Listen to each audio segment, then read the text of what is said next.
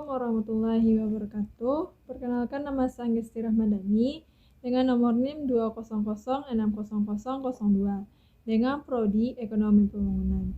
Video kali ini saya buat untuk memenuhi tugas pengantar Ekonomi Pembangunan yang dibimbing oleh Bapak Dr. Alphonse Satrianto, SE.ME.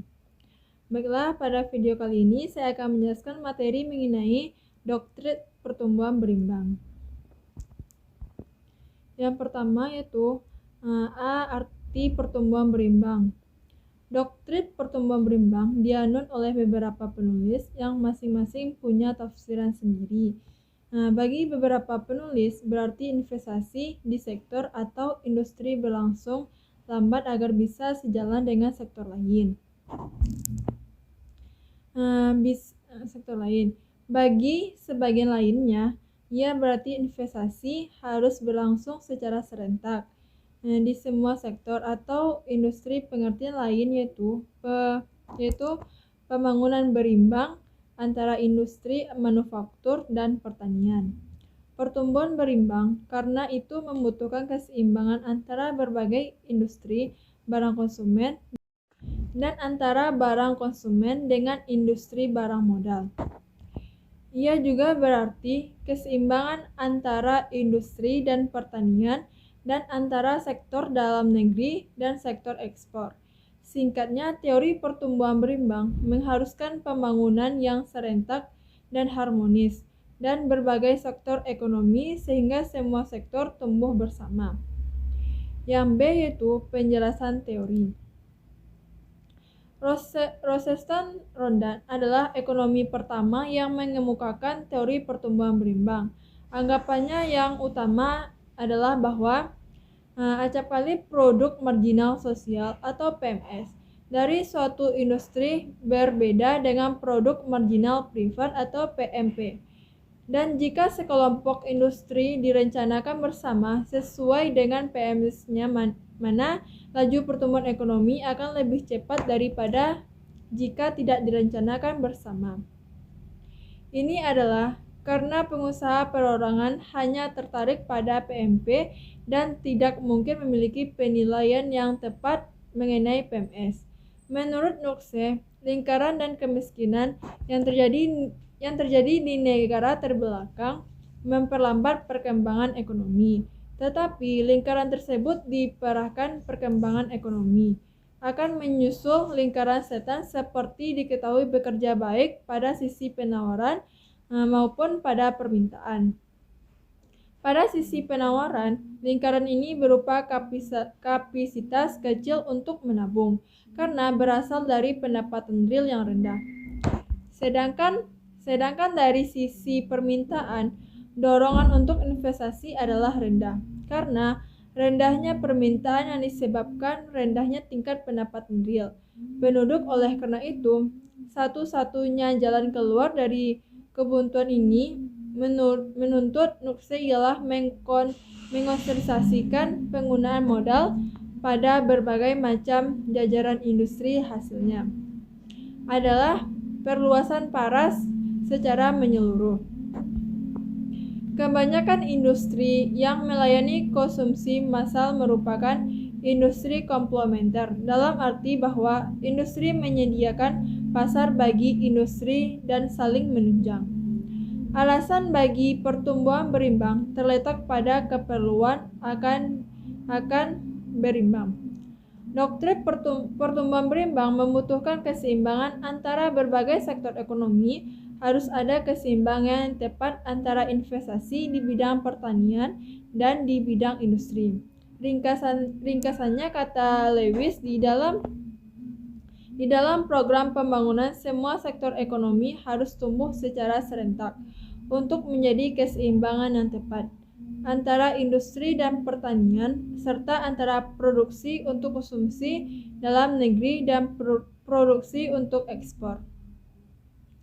Yang ketiga yaitu kritik terhadap doktrin pertumbuhan berimbang dikritik dengan tajam oleh Hirschham, Singer, Kurihara, dan oleh yang lain dengan alasan sebagai berikut. Yang pertama, peningkatan biaya. Yang kedua, tidak menaruh perhatian pada penurunan biaya. Yang ketiga, masalah lainnya Yang keempat, gagal sebagai teori pembangunan.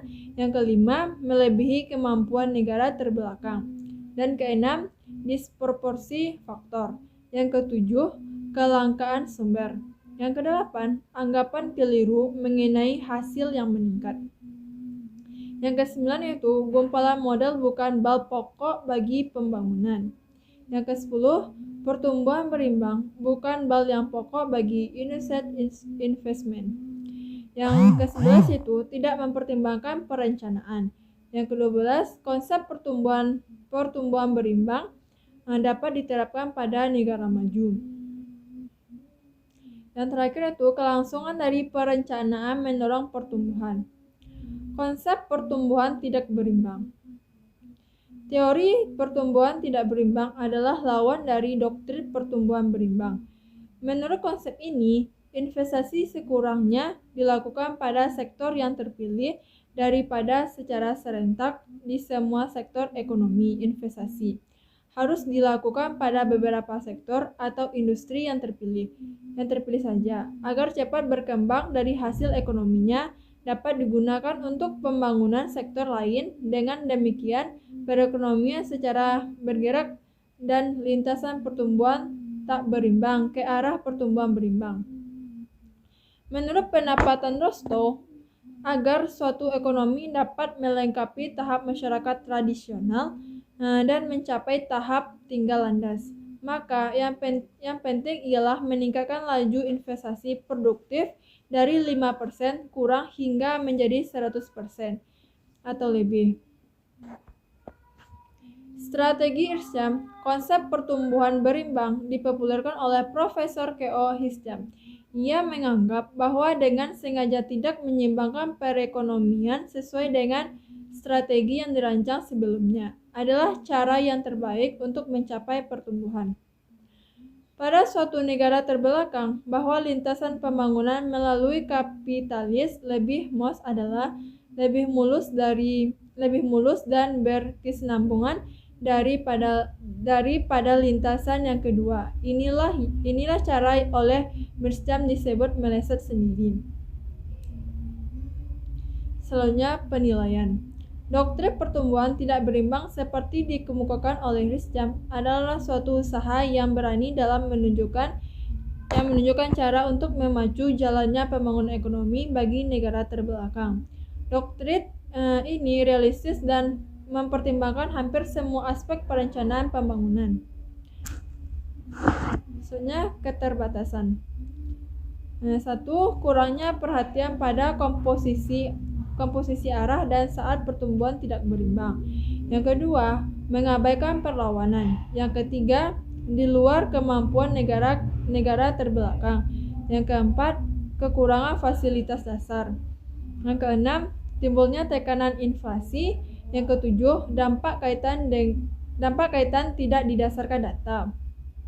Yang kedelapan, terlalu banyak penekanan pada keputusan investasi. Di samping kelemahan ini, teknis pertumbuhan tidak berimbang diakui sebagai teknik baru bagi pembangunan negara terbelakang. Pertumbuhan berimbang vs tidak berimbang. Alasan pertumbuhan berimbang didasarkan pada faktor bahwa lingkaran setan kemiskinan mencekamkan negara terbelakang yang bertanggung jawab atas kecilnya pasar lokal. Bagi barang-barang mereka, pemecahannya adalah melalui pola investasi yang berimbang pada sejumlah industri yang saling menunjang sehingga luas pasar menjadi melebar. Pendukung strategi pertumbuhan tak berimbang lebih menyukai investasi pada sektor terpilih daripada secara serentak semua sektor ekonomi. Strategi pertumbuhan tidak berimbang bertujuan untuk menyingkirkan kelangkaan di negara terbelakang dengan merangsang pengambilan keputusan investasi. Kritik terhadap doktrin ini menunjukkan bahwa pada negara seperti itu, pengambilan keputusan itu sendiri adalah jarang. Saya percaya bahwa pertumbuhan berimbang adalah paling relevan dengan sistem perusahaan swasta. Hanya investasi swasta yang tertarik oleh pasar dan yang membutuhkan rangsang dari pasar yang berkembang. Sebaliknya, pada strategi pertumbuhan tidak berimbang, Harusnya negara memainkan peranan penting dalam mendorong investasi di bidang MOS. Dengan demikian menciptakan ketidaksinambungan.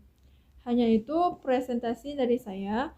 Wassalamualaikum warahmatullahi wabarakatuh.